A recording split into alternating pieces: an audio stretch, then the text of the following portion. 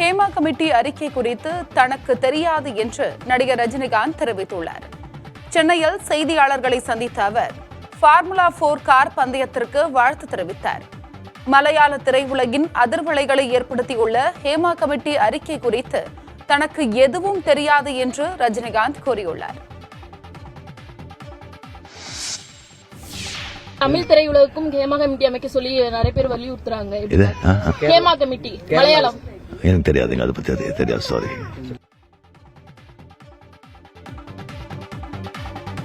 மலையாள திரையுலகில் நடிகைகளுக்கு இழைக்கப்பட்ட பாலியல் தொந்தரவு குறித்து ஹேமா கமிட்டி விசாரணை நடத்தியது. அதில் பல்வேறு நடிகர்கள் மற்றும் இயக்குநர்கள் மீது நடிகைகள் புகார் தெரிவித்தனர். முன்னணி நடிகர்கள் சித்திக், ஜெயசூர்யா, முகேஷ் மீது பாலியல் புகார்கள் தெரிவிக்கப்பட்டது. இதன் தொடர்ச்சியாக மலையாள திரைப்பட நடிகர்கள் சங்க தலைவர் பதவியில் இருந்து மோகன்லால் உட்பட 17 நிர்வாகிகள் பதவி விலகினர்.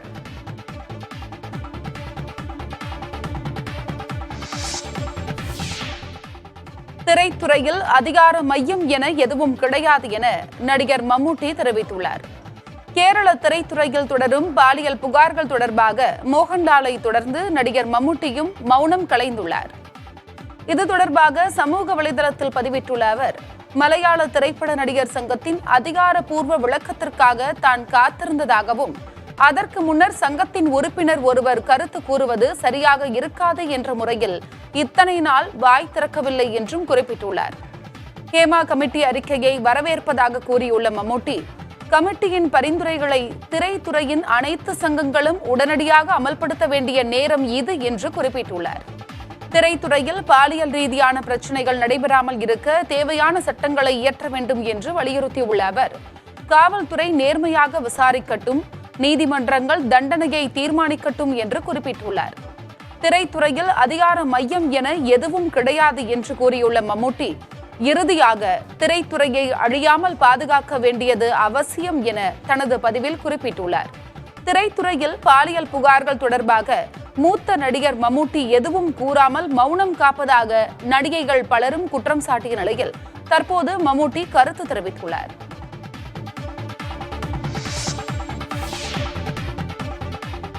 பாலியல் குற்றச்சாட்டை மறுத்துள்ள மலையாள நடிகர் ஜெயசூர்யா, ஒருவர் மீது மிக சுலபமாக பொய்யான குற்றச்சாட்டுகளை சுமத்திவிட முடியும் என தெரிவித்துள்ளார்.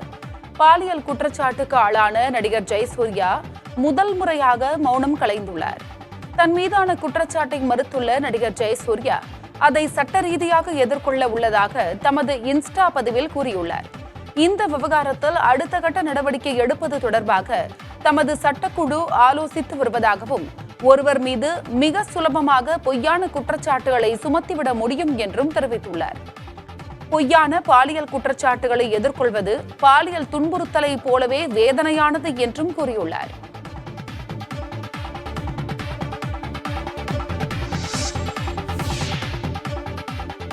விஜய் கட்சியின் மாநாடு நடத்தும் இடத்துக்கான அனுமதி குறித்து மாவட்ட காவல்துறையே முடிவு செய்யும் என விழுப்புரம் ஆட்சியர் தெரிவித்துள்ளார். நடிகர் விஜய் தனது தமிழக வெற்றிக்கழக கொடியை அறிமுகம் செய்த நிலையில் மாநாடு நடத்துவதற்கான ஏற்பாட்டில் தீவிரம் காட்டி வருகிறார். இந்நிலையில் விழுப்புரம் மாவட்டம் விக்கிரவாண்டியில் நெடுஞ்சாலை ஓரம் உள்ள இடத்தில் கட்சியின் முதல் மாநாடு நடத்துவதற்கு அனுமதி கோரப்பட்டுள்ளது. இதனிடையே குளம் தூர்வாரும் பணியை பார்வையிட்ட விழுப்புரம் ஆட்சியர் பழனி, பருவமழையை எதிர்கொள்ள தேவையான நடவடிக்கைகளை எடுத்து வருவதாக கூறினார். அப்போது விஜய் கட்சியின் மாநாட்டுக்கான அனுமதி கோரிய விண்ணப்பம் குறித்து புதிய தலைமுறை செய்தியாளரின் கேள்விக்கு பதிலளித்த அவர், அந்த முடிவை மாவட்ட காவல்துறை எடுக்கும் என்றார். போக்குவரத்து நெரிசல், பாதுகாப்பு அம்சங்கள் உள்ளிட்டவை குறித்து ஆய்வு செய்வார்கள் என்றும் ஆட்சியர் கூறினார். ஏற்கனவே மாநாடு நடத்த அனுமதி கோரிய இடத்தை மாவட்ட காவல் கண்காணிப்பாளர் ஆய்வு செய்துள்ள நிலையில் ஆட்சியரின் கருத்து கவனம் பெற்றுள்ளது. நாங்கள் இப்போ ஒவ்வொரு கட்டமாக பருவ மழைக்கு இப்போ வந்து தயார்படுத்திக்கிட்டு வந்துட்டு இருக்கிறோம். மழை அதிகமாக வந்தாலும் நம்ம அதை இப்போ எதிர்கொள்வதற்கான ஆயத்த நிலையில் இருக்கிறோம். துறை தான் முடிவு பண்ணுவாங்க. அவங்க தான் அது சேஃப்டி செக்யூரிட்டி ஆஸ்பெக்ட்லாம் பார்த்துட்டு அவங்களோட முடிவு. ஸோ அவங்க எஸ்பி தான் அதை டிசிஷன் எடுப்பார் சார். அதை எடுத்து அவர் முடிவு எடுப்பார். கோவை மாவட்டம் வால்பாறையில் உள்ள அரசு கலை கல்லூரியில் மாணவிகளுக்கு பாலியல் தொல்லை கொடுத்த புகாரில் தற்காலிக பேராசிரியர் உட்பட 4 பேர் கைது செய்யப்பட்டனர். வால்பாறையில் உள்ள அரசு கலை கல்லூரிக்கு கடந்த 30ஆம் தேதி விழிப்புணர்வு நிகழ்ச்சிக்காக மகளிர் ஆணைய அதிகாரி கிருஷ்ணவேணி தலைமையிலான அதிகாரிகள் சென்றுள்ளனர். மாணவிகளுக்கு ஏதேனும் பிரச்சனைகள் உள்ளதா, படிக்கும் இடத்தில் தொந்தரவு உள்ளதா என அதிகாரிகள் கேட்டுள்ளனர். அப்போது பேராசிரியர்கள் சிலர் தங்களுக்கு பாலியல் தொந்தரவு கொடுப்பதாக 7 மாணவிகள் புகார் அளித்துள்ளனர். பாலியல் தொந்தரவால் தங்களால் படிக்க இயலவில்லை என்று தெரிவித்தனர். இது தொடர்பாக மகளிர் ஆணைய அதிகாரி கிருஷ்ணவேணி காவல் நிலையத்தில் புகார் அளித்துள்ளார். அதன் அடிப்படையில் பொள்ளாச்சி அனைத்து மகளிர் காவல்துறை ஆய்வாளர் தலைமையில் கல்லூரியில் விசாரணை மேற்கொண்டனர். மாணவிகள் அளித்த புகார் உண்மை என தெரிய வந்ததால் தற்காலிக பேராசிரியர்கள் 2 பேர், ஆய்வுக்கூட உதவியாளர், NCC பயிற்சியாளர் ஒருவர் உட்பட 4 பேரை காவல்துறையினர் கைது செய்தனர். ஏற்கனவே கிருஷ்ணகிரி, திருச்சியில் உள்ள கல்வி நிலையங்களில் மாணவிகள் பாலியல் ரீதியான பிரச்சினைகளுக்கு ஆளாகிய சம்பவம் அதிர்வலைகளை ஏற்படுத்திய நிலையில் கோவையிலும் இதுபோன்ற சம்பவம் நிகழ்ந்திருப்பது அதிர்ச்சியை ஏற்படுத்தியுள்ளது.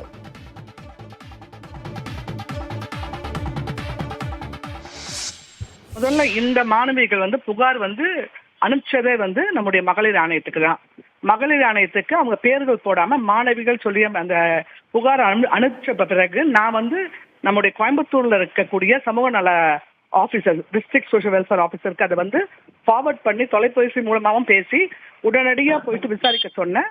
30ஆம் தேதி நம்முடைய DSWO, அதாவது டிஸ்ட்ரிக்ட் சோஷியல் வெல்ஃபேர் ஆஃபீஸரும் ப்ரொடெக்ஷன் ஆஃபீஸர், ஒன் ஸ்டாப் சென்டருடைய அட்மினிஸ்ட்ரேஷன், மிச்சம் 5 பேர்கள் அந்த கல்லூரியில போயிட்டு அங்க 272 மாணவிகள் இருக்காங்க. அந்த கல்லூரியில 5 வகுப்பா அவங்களை 50-50 பிரித்து அவங்கள்ட்ட விசாரிச்சாங்க. எனக்கு வந்த மனுவில் அவங்க எங்க வந்த பெட்டிஷன்ல அவங்க ஒரு குறிப்பிட்ட ஒருத்தரை பத்தி மட்டும் சொல்லியிருந்தாங்க. அங்கு விசாரிக்கும் போது மாணவிகளும் தனித்தனியா விசாரிக்கும் போதுதான் இந்த 4 பேரை பத்தி விஷயங்களை அவங்க சொன்னாங்க. சொன்ன உடனே அவங்க உடனடியா கலெக்டரிடம் சொல்லி நம்ம நடவடிக்கை எடுத்திருக்கோங்க. நடிகையை பொது மேடையில் வைத்து காட்சி பொருளை போல் பார்த்த மூத்த திரைப்பட தயாரிப்பாளர் ஒருவர் பாலியல் ரீதியாக வர்ணித்தது தற்போது சர்ச்சையாகியுள்ளது. சென்னையில் P2 இருவர் என்ற திரைப்படத்தின் இசை வெளியீட்டு விழா நிகழ்ச்சியில் பேசிய தயாரிப்பாளர் K. ராஜன் அந்த படத்தின் நடிகையை மேடையில் நிற்க வைத்து ஏற இறங்க பார்த்தார். பின்னர் அவரை அமரச் சொன்ன ராஜன் படத்தின் நடிகை குறித்து பஞ்சாபி பலகாரம் பார்த்தால் பசியாரும் என்ற பாடல் வரியோடு ஒப்பிட்டார். மேலும் தனக்கு பசி எடுப்பதாக அவர் கூறியதும் அதை கேட்டு பலர் கைத்தட்டியதும் சர்ச்சையாகி வருகிறது. கேரள திரையுலகமே பாலியல் புகார் தொடர்பான ஹேமா கமிட்டி அறிக்கையால் நிலைகுலைந்துள்ள நேரத்தில் மூத்த தயாரிப்பாளர் ராஜனின் பேச்சு தற்போது இணையத்தில் பேசுபொருளாகி உள்ளது. மிகுந்த எதிர்பார்ப்புகளுக்கு மத்தியில் படுக்கை வசதிகளுடன் கூடிய வந்தே பாரத் மாதிரி ரயில் பெங்களூருவில் அறிமுகம் செய்யப்பட்டுள்ளது. கர்நாடக மாநிலம் பெங்களூருவில் உள்ள பாரத் எர்த் மூவர்ஸ் லிமிடெட் நிறுவனத்தால் வடிவமைக்கப்பட்ட படுக்கை வசதி கொண்ட வந்தே பாரத் ரயிலை மத்திய ரயில்வே துறை அமைச்சர் அஸ்வினி வைஷ்ணவ் அறிமுகம் செய்தார். அதிநவீன வசதிகளுடன் கூடிய இந்த ரயிலில் ஏறி இதன் சிறப்பம்சங்களை அஸ்வினி வைஷ்ணவ் பார்வையிட்டார். இதனைத் தொடர்ந்து செய்தியாளர்களிடம் பேசிய அவர் இது ஒரு வரலாற்று சிறப்புமிக்க தருணம் என்று தெரிவித்தார். பெரிதும் எதிர்பார்க்கப்பட்ட படுக்கை வசதி கொண்ட வந்தே பாரத் ரயிலில் 3ஆம் ஏசி வகுப்பில் 11 பெட்டிகள், 2ஆம் ஏசி வகுப்பில் 4 பெட்டிகள், முதல் ஏசி வகுப்பில் 1 பெட்டி என்று மொத்தம் 16 பெட்டிகள் இணைக்கப்பட்டுள்ளன. இதில் மொத்தமாக 810 படுக்கை வசதிகள் உள்ளன. ஐரோப்பாவில் உள்ள ரயில்களுக்கு இணையான வசதிகளை கொண்ட இந்த ரயிலில் பயணிகளின் படுக்கைகளில் இரவு நேரத்தில் படிப்பதற்கென மின் விளக்குகள், சார்ஜிங் வசதிகள் செய்யப்பட்டுள்ளன. பாதுகாப்பு கேமராக்கள், பயணிகளுக்கான பொது அறிவிப்பு வசதிகளும் உள்ளன. முதல் ஏசி வகுப்பில் ஷவருடன் கூடிய குளியலறை அமைக்கப்பட்டிருக்கிறது.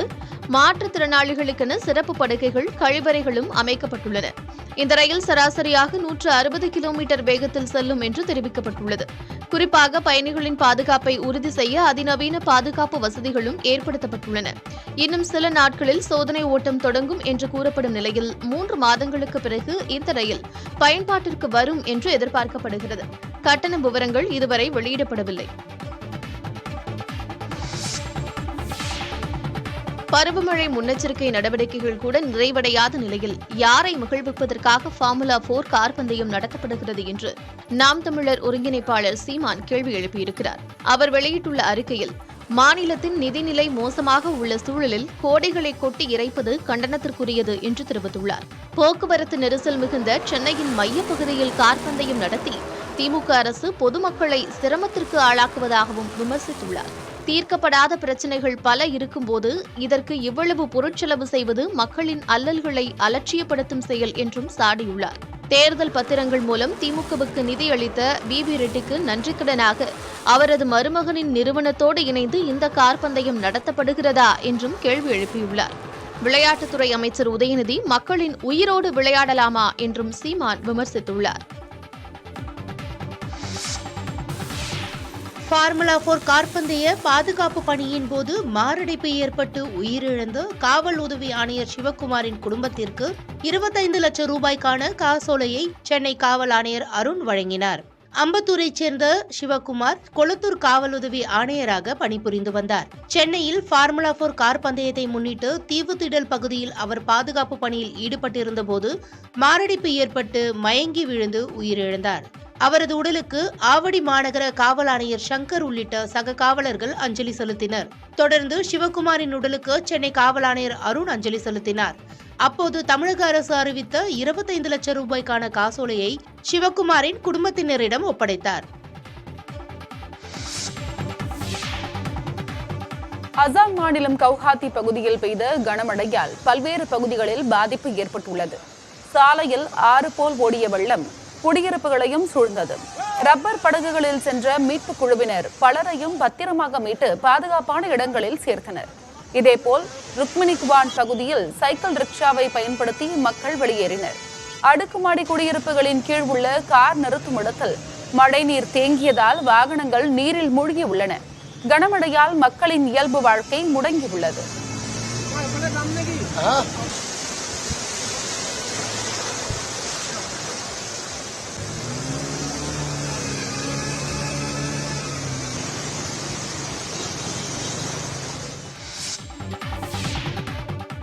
திருச்சியில் சாலையில் சாகசம் செய்த இளைஞரை காவல்துறையினர் கைது செய்தனர்.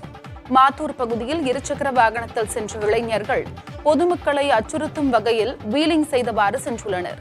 அந்த காட்சிகளை சமூக வலைதளங்களில் பதிவிட்டு வருவதாக மாவட்ட காவல் கண்காணிப்பாளர் வருண்குமாரின் உதவி எண்ணுக்கு புகார்கள் வந்துள்ளன. அதன் அடிப்படையில் தனிப்படை அமைக்கப்பட்டு இளைஞர்களை காவல்துறையினர் தேடி வந்தனர். சாகசத்தில் ஈடுபட்ட குண்டூர் பகுதியைச் சேர்ந்த சச்சின் என்பவரை தற்போது கைது செய்து அவரிடமிருந்து 2 வாகனங்களை பறிமுதல் செய்தனர். இருசக்கர வாகனங்களில் சாகசங்களில் ஈடுபடும் நபர்கள் மீது கடும் நடவடிக்கை எடுக்கப்படும் என்று காவல்துறை கண்காணிப்பாளர் வருண்குமார் எச்சரித்துள்ளார். இது தொடர்பாக புகார் அளிப்பதற்கான அலைபேசி எண்ணும் அறிவிக்கப்பட்டுள்ளது.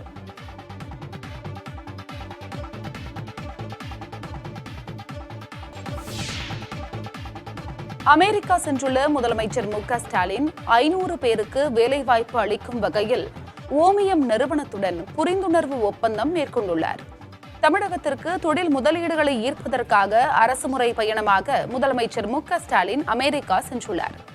சான் பிரான்சிஸ்கோ சென்றுள்ள முதலமைச்சர் எலக்ட்ரோலைசர் உற்பத்தி மற்றும் பசுமை ஹைட்ரஜன் உற்பத்தி துறையில் 500 பேருக்கு வேலைவாய்ப்பு வழங்கும் வகையில் ஓமியம் நிறுவனத்துடன் புரிந்துணர்வு ஒப்பந்தம் மேற்கொண்டுள்ளார்.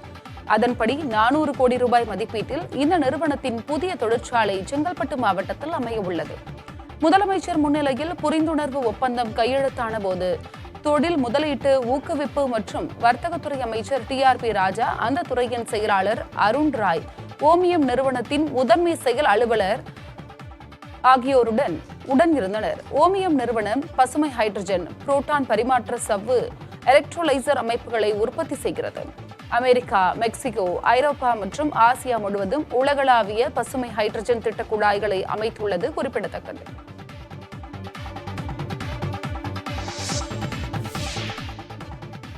அமெரிக்காவில் இந்தியர்கள் வெற்றி பெற்றிருப்பதற்கு கடின உழைப்புதான் காரணம் என்று முதலமைச்சர் மு.க. ஸ்டாலின் தெரிவித்துள்ளார். முதலீட்டாளர்களை ஈர்ப்பதற்காக அமெரிக்க சென்றுள்ள முதலமைச்சர் மு.க. ஸ்டாலின் சான் பிரான்சிஸ்கோவில் புலம்பெயர் தமிழர்கள் மாநாட்டில் பேசினார். அப்போது தொழில் முதலீடுகளை ஈர்க்க வந்திருந்தாலும் இந்திய சொந்தங்களை சந்திப்பது மகிழ்ச்சி அளிப்பதாக தெரிவித்தார். இந்தியாவுக்கும் அமெரிக்காவுக்கும் இடையே பல ஆண்டுகளாக நட்பு ரீதியாகவும் வர்த்தக ரீதியாகவும் உறவு நீடிப்பதாக கூறிய முதலமைச்சர், அமெரிக்காவில் உயர்கல்வி பயில்வதில் இந்திய மாணவர்கள் 2ஆம் இடத்தில் இருப்பதாக தெரிவித்தார். தமிழகத்தில் முதலீடு செய்ய வர வேண்டும் என்றும் அவர் அழைப்பு விடுத்துள்ளார்.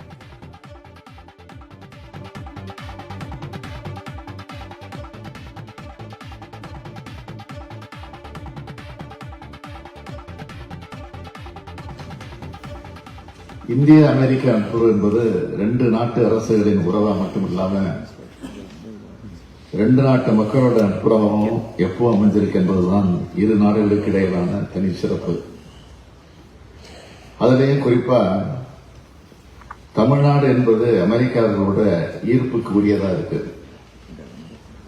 புகழ்பெற்ற அமெரிக்க நிறுவனங்கள் இந்தியாவில் குறிப்பா தமிழ்நாட்டில் தொழில் நிறுவனங்களை நடத்திட்டு வராங்க. இந்தியாவிலேயே 2வது பெரிய பொருளாதாரமா தமிழ்நாடு இருக்கிறது தான் இதுக்கு காரணம். 300க்கும் மேற்பட்ட அமெரிக்க நிறுவனங்கள் தமிழ்நாட்டில் தங்களோட திட்டங்களை நிறுவி இருக்காங்க. கடந்த 3 ஆண்டுகளா அதிகமா அமெரிக்க நிறுவனங்கள் தமிழ்நாட்டுக்கு வர தொடங்கியிருக்காங்க. அவங்க எல்லாம் நேரில் அழைக்கத்தான் நான் வந்திருக்கேன். இந்த இனிய நிகழ்ச்சியில கலந்து கொண்டிருக்க இந்திய வம்சாவளி மக்களும் தமிழ்நாட்டில் முதலீடு செய்ய அமெரிக்க நிறுவனங்களை தூண்டணும்னு உங்களை உரிமையோடு கேட்டுக்கொள்ள விரும்புகிறேன்.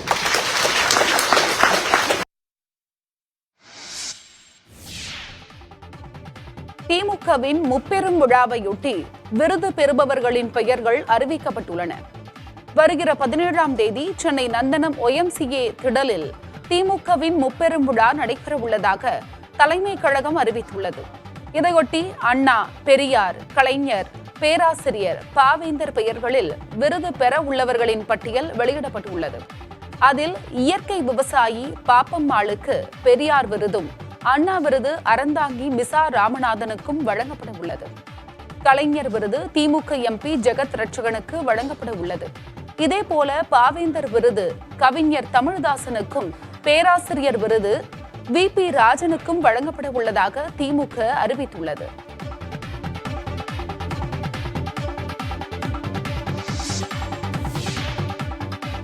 ஃபார்முலா 4 கார் பந்தயத்தில் சென்னை குழு சார்பில் பங்கேற்க உள்ளது மகிழ்ச்சி அளிப்பதாக கார் பந்தய வீரர் முகமது ரியான் தெரிவித்துள்ளார்.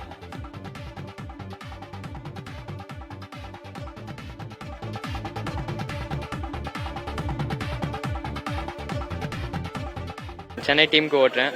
ஸோ இந்த ட்ராக்கிங் எனக்கு ஓட்டுறது ரொம்ப ஸ்பெஷலான ஃபீலிங் அண்ட் ரொம்ப எக்ஸைட்டிங்கான ஃபீலிங். ஸோ இப்போது புது ட்ராக் இது பண்ணியிருக்காங்க அண்ட் இன்னைக்கு தான் ஃபர்ஸ்ட் ப்ராக்டிஸ் ஓட்டியிருக்கேன். அண்ட் ட்ராக் ரொம்ப நல்லா செட்டப் பண்ணியிருக்காங்க, சேஃப்டி எல்லாம் ரொம்ப நல்லா பண்ணியிருக்காங்க.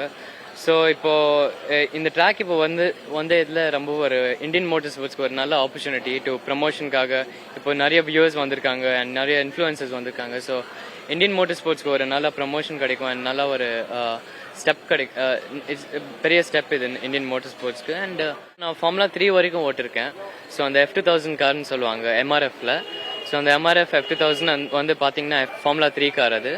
ஸோ அந்த லாஸ்ட் சீசன் அதான் ஓட்டிட்டு இருந்தேன் அண்ட் ப்ளஸ் IRL ஓட்டிட்டு இருந்தேன். ஸோ அந்த ரெண்டு கார் தான் ரொம்ப டாப் பண்ணி ஓட்டிருக்கேன் இப்போ வரைக்கும். தூத்துக்குடி மாவட்டம் திருச்செந்தூர் சுப்பிரமணிய சுவாமி கோயிலில் பக்தர்கள் கூட்டம் அலைமோதியது. விடுமுறை தினம் என்பதால் அதிகாலை முதலே குவிந்த பக்தர்கள் கடலில் புனித நீராடி கோயிலில் சுவாமி தரிசனம் செய்தனர். இதேபோன்று சுற்றுலா பயணிகளும் உற்சாகமாக கடலில் குளித்து மகிழ்ந்தனர். சுப்பிரமணிய சுவாமி கோயில் வளாகம், நாழிக்கிணறு, பேருந்து நிலையம், வள்ளியுகை என நகரம் முழுவதும் பக்தர்கள் கூட்டம் அதிகரித்து காணப்பட்டது.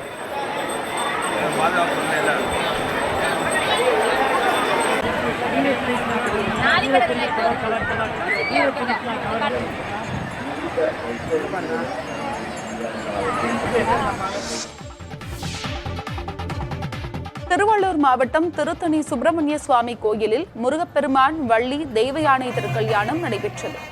நிகழ்ச்சியில் திரளான பக்தர்கள் கலந்து கொண்டனர். திருக்கல்யாணத்தில் கலந்து கொண்டால் திருமணம் ஆகாத பக்தர்களுக்கு திருமணம் நடைபெறும் என்பது நம்பிக்கை என்பதால் ஏராளமானோர் கலந்து கொண்டு சுவாமி தரிசனம் செய்தனர். திருவள்ளூர் மாவட்டம் மட்டுமல்லாது சென்னை, காஞ்சிபுரம், வேலூர், திருவண்ணாமலை போன்ற மாவட்டங்களிலிருந்தும், ஆந்திரா, கர்நாடகா போன்ற பிற மாநிலங்களிலிருந்தும் ஏராளமான பக்தர்கள் குவிந்ததால் சுவாமி தரிசனத்திற்காக 2 மணி நேரம் வரை காத்திருக்கும் நிலை ஏற்பட்டது.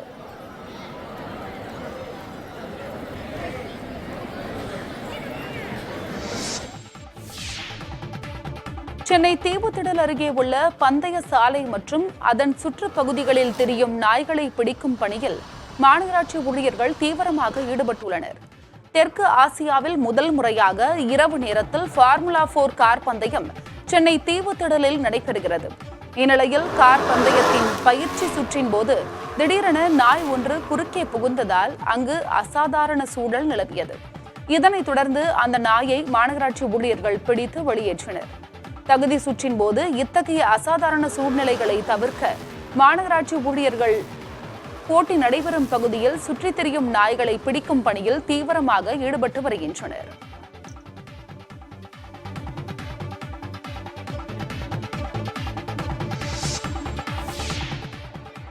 தேனி மாவட்டம் கம்பத்தில் நடைபெற்ற தென் மாவட்ட அளவிலான யோகாசன போட்டியில் ஏராளமான மாணாக்கர்கள் பங்கேற்றனர்.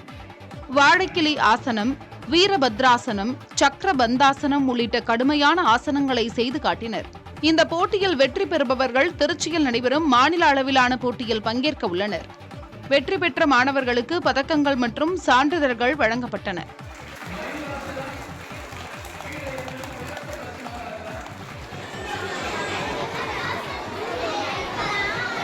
இதேபோல் விருதுநகர் மாவட்டம் ராஜபாளையம் அருகே நடைபெற்ற மாநில அளவிலான யோகா போட்டியில் 1500க்கும் மேற்பட்ட மாணாக்கர் கலந்து கொண்டு திரிகோணாசனம், புஜங்காசனம், மகாமுத்ரா உள்ளிட்ட ஆசனங்களை செய்து காட்டினர்.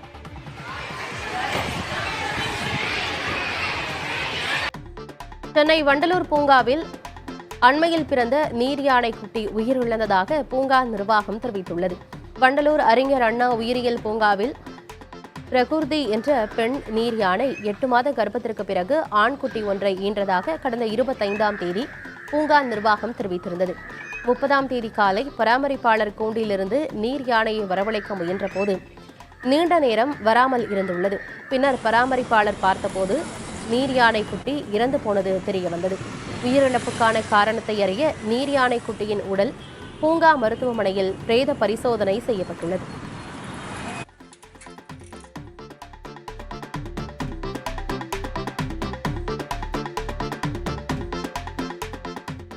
புதுக்கோட்டை மாவட்டம் அறந்தாங்கி அருகே தாந்தானி ஊராட்சிக்கு உட்பட்ட செட்டிக்காடு கிராமத்தில் மாநில அளவிலான கபடி போட்டி நடைபெற்றது. இதில் சேலம், தூத்துக்குடி, தஞ்சை, புதுக்கோட்டை, திருச்சி, சிவகங்கை உள்ளிட்ட மாவட்டங்களிலிருந்து 26க்கும் மேற்பட்ட அணிகள் பங்கேற்றன.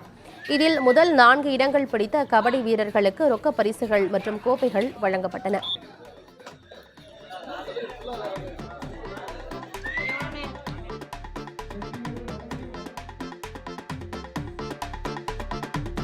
சிவகங்கை மாவட்டம் நாலுக்கோட்டை அருகே ஐயனார் கோயில் திருவிழாவை முன்னிட்டு மாட்டு வண்டி பந்தயம் நடைபெற்றது.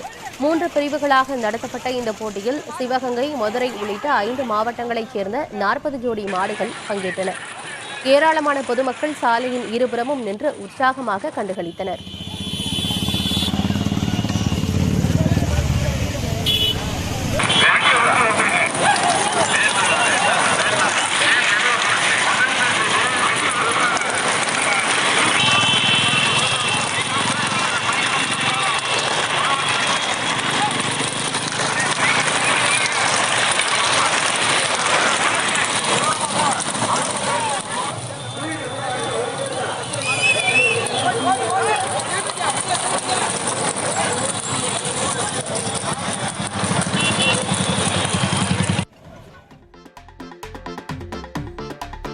நீலகிரி மாவட்டம் கூடலூரில் நடைபெற்ற கிருஷ்ண ஜெயந்தி ஊர்வலத்தில் நூற்றுக்கணக்கான குழந்தைகள் கிருஷ்ணர் மற்றும் ராதை வேடம் அணிந்து பங்கேற்றனர். இது காண்போரை கவரும் வகையில் அமைந்தது. மேளதாளங்கள் முழங்க நகர் வழியாக பயணித்த ஊர்வலத்தில் குழந்தைகளுடன் பெற்றோர்களும் பங்கேற்றனர்.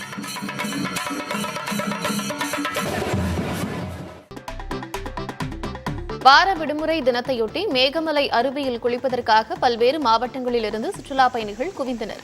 தேனி மாவட்டம் ஆண்டிப்பட்டி தாலுகா கோம்பைத்தோடு அருகே வனப்பகுதியில் அமைந்திருக்கிறது மேகமலை அருவி. 40 அடி உயர பாறையிலிருந்து ஆர்ப்பரித்து விழும் தண்ணீரில் பெரியவர்களும் குழந்தைகளோடு குழந்தைகளாக மாறி நீண்ட நேரம் குளித்து மகிழ்ந்தனர்.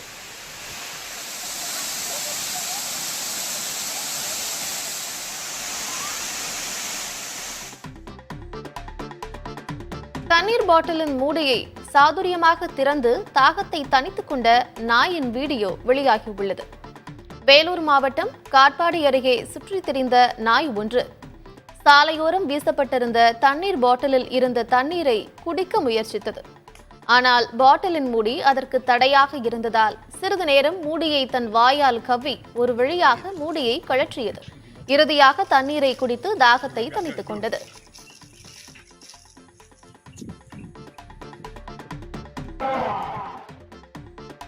ஆவணி ஞாயிற்றுக்கிழமையை முன்னிட்டு புதுக்கோட்டை மாவட்டம் திருவப்பூர் முத்துமாரியம்மன் கோயிலில் ஏராளமான பக்தர்கள் நீண்ட வரிசையில் காத்திருந்து அம்மனை தரிசித்தனர். ஆவணி ஞாயிற்றுக்கிழமையை முன்னிட்டு அம்மனுக்கு சிறப்பு அபிஷேக ஆராதனைகள் நடைபெற்றது.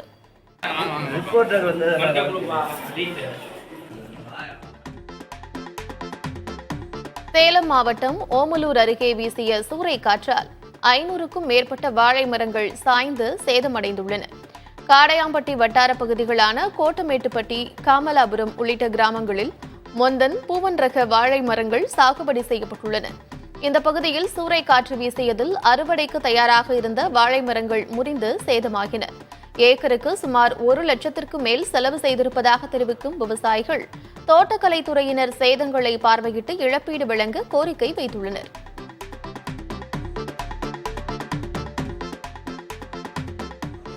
சேலம் மாவட்டம் மேட்டூர் அருகே நங்கவள்ளி கால்நடை வாரச்சந்தையில் விற்பனை அமோகமாக நடைபெற்றது. மேட்டூர் சுற்றுவட்டார பகுதிகளில் தொடர் மழை பெய்து வருவதால் விவசாய பணிகள் மேற்கொள்வதற்காகவும் மாடுகள் வளர்ப்பதற்கு உரிய வகையில் பசுமையான சூழல் நிலவி வருகிறது. இதன் காரணமாக பசுமாடுகளுடன் கன்றுகளையும் விவசாயிகள் அதிக அளவில் வாங்கி சென்றனர். கறவை மாடு கன்றுகள் 35,000 முதல் 1 லட்சம் ரூபாய் வரை விற்பனை செய்யப்பட்டது. காவிரி நீர்பிடிப்பு பகுதிகளில் தொடர் மழை பெய்து வருவதால் மேட்டூர் அணையின் நீர்மட்டம் உயரத் தொடங்கியுள்ளது. கடந்த ஜூன், ஜூலை, ஆகஸ்ட் மாதத்திற்கு கர்நாடக அரசு வழங்க வேண்டிய 86.38 TMC நீரை வழங்காமல் உள்ளது. பருவமழை காரணமாக கிருஷ்ணராஜசாகர், கபினி உள்ளிட்ட அணைகள் நிரம்பிய பிறகும் கர்நாடக அரசு தமிழகத்திற்கான நீரை வழங்காமல் உபரி நீரை மட்டுமே வழங்கிக் கொண்டிருக்கிறது. இந்நிலையில் காவிரி நீர்பிடிப்பு பகுதிகளில் பெய்து வரும் தொடர் மழை காரணமாக மேட்டூர் அணைக்கு நீர்வரத்து அதிகரிக்க தொடங்கியுள்ளது. நீர்வரத்து வினாடிக்கு 19,199 கன அடியாக உள்ளது. இதனால் அணையின் நீர்மட்டம் 115.82 அடியாக உயர்ந்துள்ளது. நீர் இருப்பு 86.95 TMC ஆக உள்ளது. அணையிலிருந்து பாசன தேவைக்காக வினாடிக்கு 13,500 கன அடி தண்ணீர் வெளியேற்றப்பட்டு வருகிறது.